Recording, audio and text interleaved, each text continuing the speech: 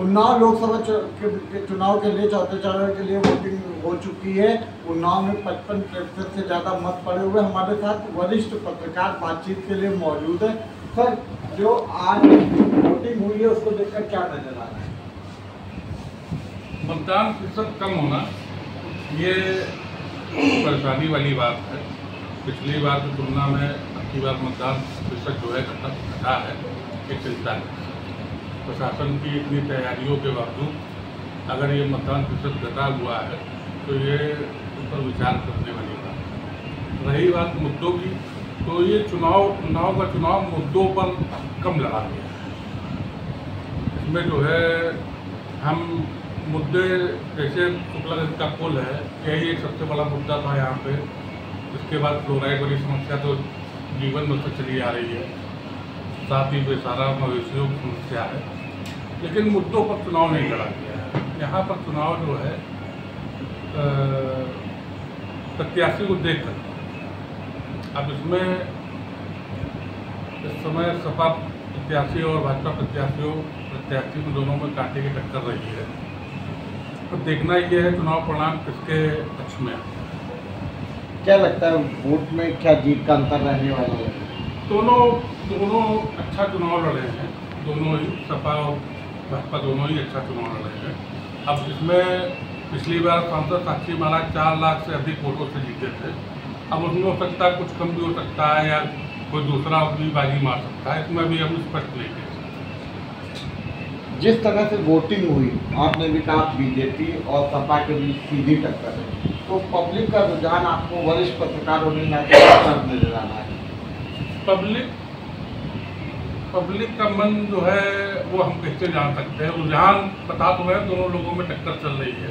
अब कौन जीतता है ये जब नतीजे आएंगे तो सबके सामने होंगे। जिस तरह से वोटिंग हुई है उसको देखकर क्या लग रहा है? उसको देख के लग रहा है कि सीधी टक्कर सपा और भाजपा में होगी।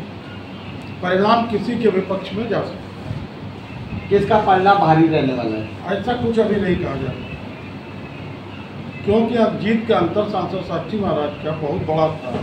उस खाई को सपा प्रत्याशी कितना पाट पाएगा, ये अलग का मुद्दा है। इसलिए कुछ भी कहा नहीं जा सकता। टक्कर सीधी हुई है ये कहा जा सकता है। जैसे कि पूरे देश भर में राम मंदिर की चर्चा हो रही है, आपको क्या लगता है कि उन्नाव में चुनाव जो हुआ वो स्थानीय मुद्दे रहे या कोई और मुद्दा रहा? मुद्दों का चुनाव ही नहीं रहा। यहाँ सीधे सीधे जब फाइट होती है, और भाजपा का वोटर वैसे भी बोलता कम है, अन्य वोटर बोलते ज़्यादा हैं, भाजपा ही बोलते कम हैं, काम ज़्यादा करते हैं। इसलिए अभी कुछ कहना बहुत जरूरी है। हमारे साथ बातचीत के लिए और भी वरिष्ठ पत्रकार मौजूद हैं, उनसे हम बात करेंगे। किस तरह का रुझान आपको सामने नजर आ रहा है? पिछले वर्षों की अपेक्षा 1% मतदान इस बार कम रहा। पोलिंग बूथ पे हम लोग भी रहे। हर प्रत्याशी, हर वोटर को हम लोगों ने पढ़ा। मुद्दों की बात, साथ साथ जातिगत चुनाव की बात, ये दोनों चीज़ें सामने दिखी। साक्षी महाराज पिछली बार जब जीते थे तो उसका अंतर बहुत बड़ा है।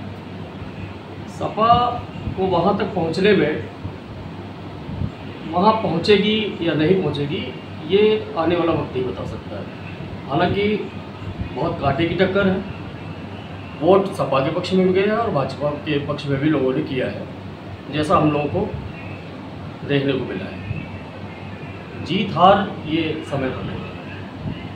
मुद्दे क्या हावी दिखाई दिए जनता के? जनता विशेषकर जैसे शुक्लागंज का एक मुद्दा रहा, फ्लोराइड की समस्या रही,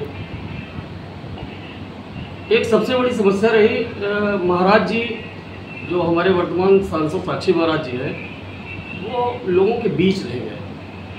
ये थोड़ा चेहरों पे दिखा, ये रोज़ दिखा, और इसका परिणाम जो सामने आएगा वो उनके लिए कष्टकारी भी हो सकता है। लेकिन एक बड़ा अंतर जो साक्षी महाराज के साथ था, 4 लाख 5 लाख जो बात हो रही है, वो बांटना बहुत बड़ी एक चुनौती है सपा के लिए, गठबंधन के लिए। जिस तरह से आपने पूरी जनपद में भ्रमण किया चुनाव के दिन, कैसे लगा? रुझान क्या दिखाई दिए?